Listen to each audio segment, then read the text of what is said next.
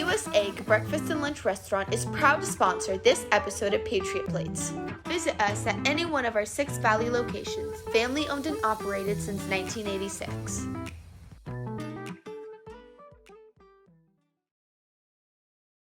Let every nation know, whether it wishes us well or ill, that we shall pay any price,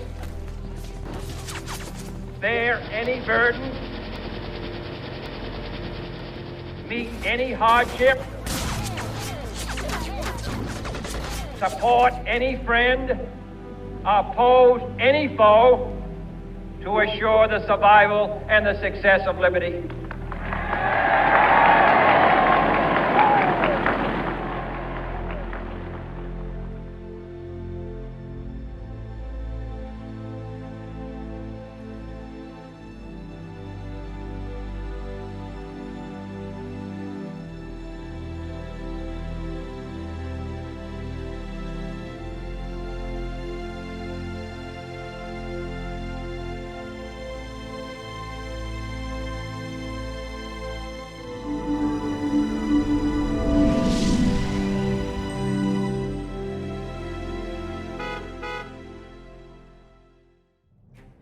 Being in the military is being a part of history. And with approximately 18 million veterans in the United States, each one has a story. I'm Major Scott Husing, United States Marine Corps, retired. I had 10 deployments and led hundreds of combat missions. My company and I fought in some of the deadliest battles in Iraq. And I was fortunate enough to share those stories and honor the men and women who fought in my book, Echo and Ramadi. But most veterans don't get that chance. Welcome to Patriot Plates. Our producers have spent countless hours on the road searching for veteran license plates and the stories behind them. These veterans have firsthand accounts of what happened in our nation's missions, battles, and wars. Patriot Plates believes that all veterans should be able to tell their story.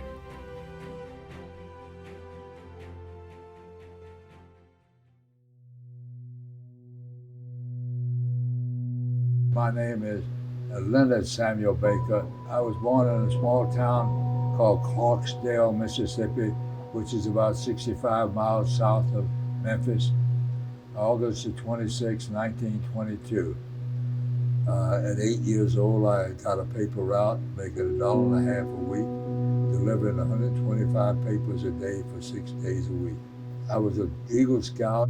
My father was a successful farmer, cotton farmer in Mississippi, and the Depression wiped him out. I joined the Marine Corps April the 4th, 1942, 4 months after Pearl Harbor. When Japanese attacked Pearl Harbor, nobody knew where Pearl Harbor was. Immediately, all of us wanted to serve. Our country needed us. We wanted to serve our country. And so I was only 19. I had to get my mother's and father's signature on the application. 10 days later, I was at Parris Island, South Carolina, in boot camp with another group of young college graduates. We finished the boot camp before Thanksgiving and moved to Quantico, Virginia. There we stayed until early February. I got my commission. They sent me to Camp Lejeune, North Carolina, for about a month, and then they ordered us to Camp Pendleton here in California. Got to Camp Pendleton for a week, and then they put me on a big ship, and I was seasick before we got out of sight of land. And 7 days later, when we got to Hawaii, I could eat a cracker. That was about all. I was so glad to see solid land.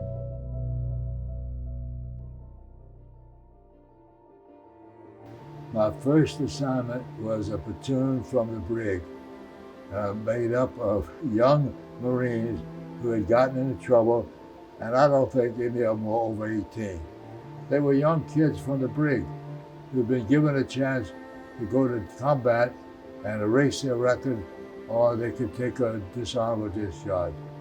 They were the best crew you ever saw. They were just anxious to do anything I wanted to do. They made their mistake. They realized that now they were on the path to being a good Marine. They were very highly motivated. and I had no trouble with them at all.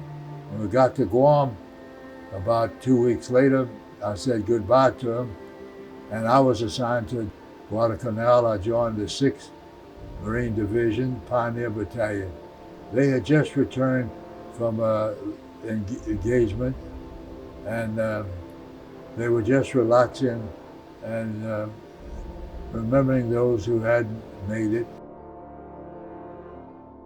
They assigned me to the Pioneer Battalion, and they told me the Pioneer Battalion is the engineering battalion for the division.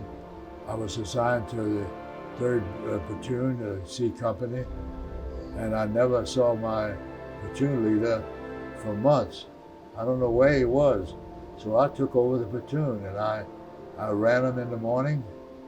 We went on maneuvers in the afternoon. I knew nothing about what was going on. Didn't know about any battles. Just enjoying life with the rest of them who were just resting up, waiting for the next engagement. There was one officer, Stingley, from Oklahoma. So I went to him and I said, Stingley, you've been on the 2 under-fire landings. I'm going to make my first one. What can you tell me that would keep me from being such a greenhorn? He said, Sam, take care of your men when you can, and when you can't, they will take care of you. The best advice I'd ever gotten. Then he added, they give you a little backpack. It's about this wide, about like that, for you to take in your personal gear when you go in ashore to landing. Don't take anything in. Go down to the club, buy 4 bottles of screw-top whiskey, wrap them in T-shirts, and they fit perfectly in that bag. And when you get ashore and you get pinned down, open the bottle, pass it around to your platoon. It's better than more ammunition. It's better than more men. They settle down. Then you can get everything done that you want to be doing. And so I followed his advice. When we got ready to leave Guadalcanal for our engagement, the LSTs pulled right up on the beach, dropped their ramp, and everybody was loading. LST is a landing ship tank because they unloaded the tanks. And we got to the atoll Ulithi. The entire invasion fleet was there. I went over to the command ship and they gave me a map of where I was going to land. We were landing in Okinawa, and orders that I was to advance past the Kadena airfield, and once that was safe, pull back to the beach, find a campsite, and then start unloading ships. The LSTs were back here, the battleships were here, the cruisers were here, the destroyers were here, and the rocket boats were there.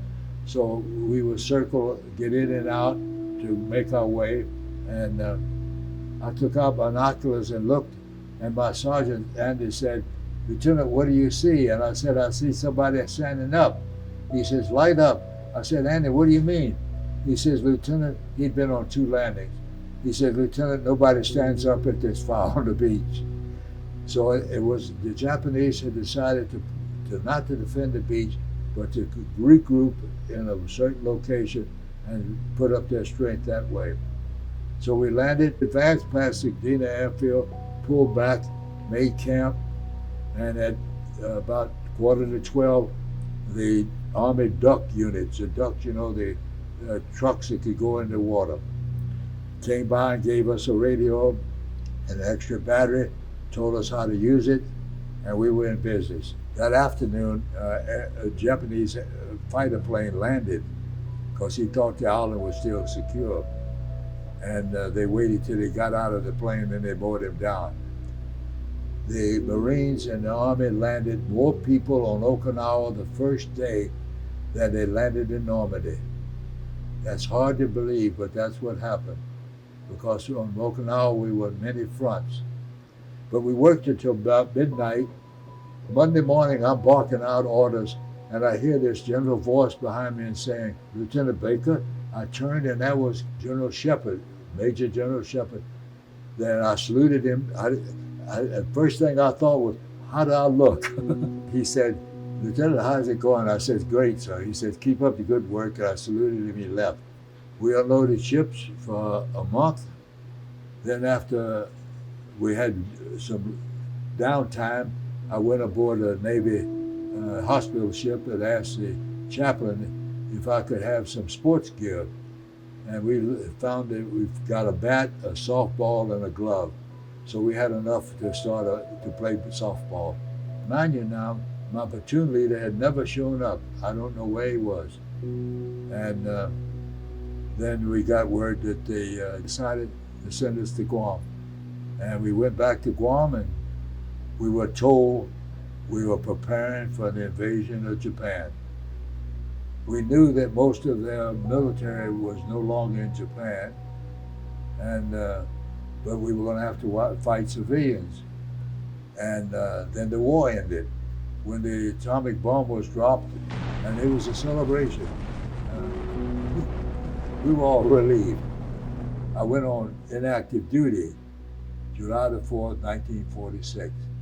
But I'm still in reserve. So I joined the Coastal Genetic Survey. The Coastal Genetic Survey is one of the 7 commissioned services in the United States. There's Army, Navy, Air Force, and Marines, or military. Then you have the Coast Guard. Then you have the Public Health Service, which is commissioned service. Then you have the Coastal Genetic Survey, which is now N.O.A.A, N.O.A.A, which stands for the National Oceanic and Atmospheric Administration. You can't hold 2 commissions. And so I went to the Marine Corps to resign my commission. So I was going to become a commissioned ensign in the Coast Survey October the 1st, 1947 in Pensacola, Florida. And I was working there, and the secretary came and says, Lieutenant Baker, Captain Roberts wants to see you. So I went up and I said, Captain, you want to see me? He said, yes, Sam. Are you afraid of flying? I said, no, sir. He said, then you're working for me. Bring your stuff up here. I said, what am I going to do? I can't tell you. 2 weeks later, they came back. I was cleared. I had a top secret clearance. Then they told me what we were going to do. They had taken a B29 and they stripped it of all ferrous metals. The rear of the Bombay, they gave that to us. It was instruments all over the place. And then we flew to Alaska. We based out of Allison. We took trial runs. Go back just a second. And what was the mission? What was the specific mission that you were charged with? We were to fly 200 mile spacing from the North Pole to the equator, halfway into the Pacific and halfway into the Atlantic. And what were you trying to do? Well, I can't tell you that. I haven't been debriefed, so I can't tell you. It may still be top secret. But we were trying to find a new way to send a missile to Russia.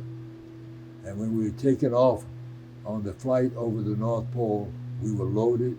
We got out on the runway, and he said, here we go, and he shoved the throttles always forward, and those engines were screaming, and we were just barely moving because we had a 3,500-gallon gas tank in the rear Bombay. We ended the runway, we ran off the grass, and it was, thank goodness, there was 20 feet drop to the ocean. We didn't go all the way, but I could see the prop wash move in the water. That's how close we were. Then we got up and we're doing our work, and we got to the pole and we took pictures, and it was solid ice. We're on our way on the 0 meridian to the 180th meridian, and we're 5 minutes in that flight. We're going to go as far as we could to Russia, and then we'll come back to Fairbanks. 5 minutes on that route, number 3 blows up. We can't do any of our work unless we have 4 engines. So immediately the pilot turns and heads for Point Barrow. So I said to Ace, what are my options? Because I was in charge of the project, and he says, if we make it to Point Barrow, I can land you, I can't get you off. It's too short a runway. And I said, what's my second option? He said, well, if we get over the Brooks Range, maybe we can get to Fairbanks another 700 miles. You know, that's almost 2,000 miles to run after you lose an engine. But he said, tell your crew, we all had the parachutes, don't bail out if we have to go down, because they'll never find you. Stick with the plane, at least they can find the plane. Also, we got to cut the heat to the rear compartment to save fuel. So it got down to about 30 below. We all had sleeping bags, so we got in a sleeping bag. And he called me when they were over the Brooks Range. Then they cut number 3 because it was running hot. And he said, the pilot said, "Sam, we think we can start it again if we need it." Well, now we had 1 in 4, and we had 700 miles to go. And we were flying, and we were about 50 miles from Fairbanks, and 2 F-80s, jets out of Elmendorf Air Force Base, parked themselves on our wing. And they said, "What's wrong, flyboy? Your rubber bands break?" Now, the pilot, Ace, had been sitting in that chair for almost 24 hours. And he didn't like it humor, and he says, he cursed it, he said, "Get that out of here, I'll cut your tail off." The pilot saved us that day because he knew what he was doing. When he saw that we were within landing distance of the airport, he dove. And you could feel it, you could feel the plane going down. When he started his dive, the chief engineer said, "Number 4, quit." We only had 1 engine. You can't fly on 1 engine. He made a beautiful landing and rolled to the stop because he had no power. When he stopped, I got out, got over into the grass area. I got down on my hands and knees and I kissed the earth. I used up 2 of my 9 lives that day, 1 on takeoff and 1 on landing.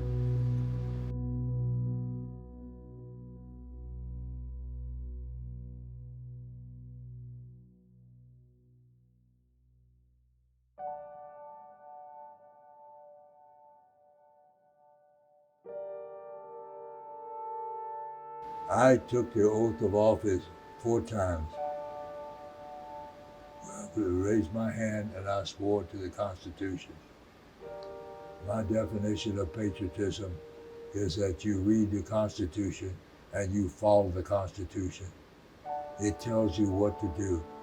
There have been amendments to it, but when you read the Constitution and realize these geniuses that we had forming our country, to write things that are current today, 260 some odd years ago, it's fantastic.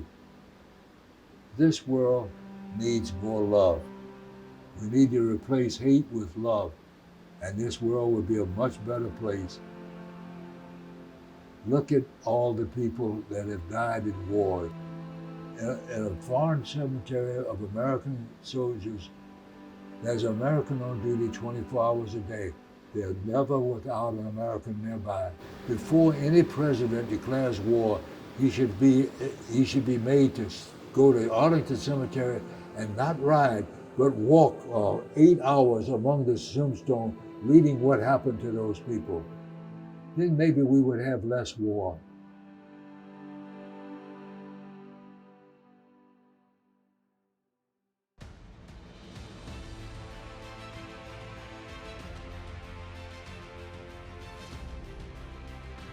Don't miss our next veteran story on Patriot Plates.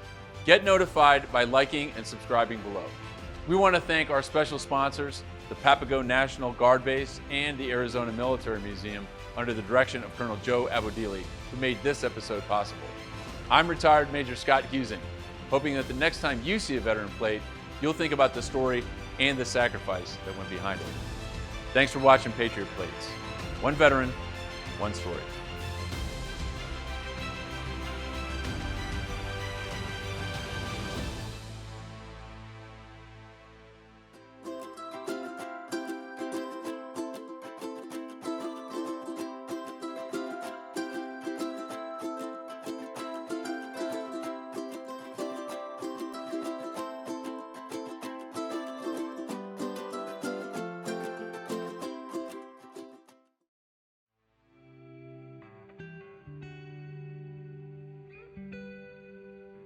Save the Brave connects veterans through outreach programs to build strength of character. Our essential task is to prevent veteran suicide. Save the Brave is committed to providing veterans with post-traumatic stress ways to connect in a safe space. donate your time, money, or resources, visit savethebrave.org. Reach out to a veteran in need and direct them to Save the Brave.